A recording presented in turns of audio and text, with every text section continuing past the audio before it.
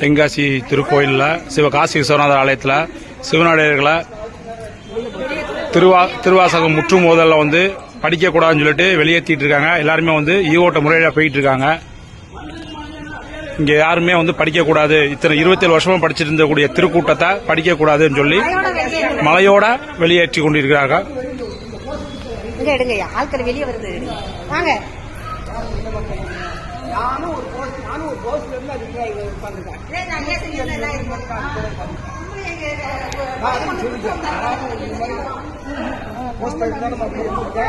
சும்மா வந்து விட்டாங்க.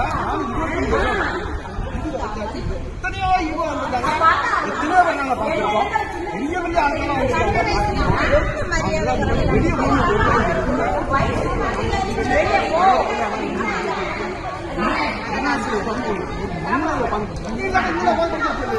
சிவனாலயத்திலேயே திருவாசகம் முற்றுமோதலுக்கு படிக்கக்கூடாது என்ற கலியுகத்தினுடைய நிலை.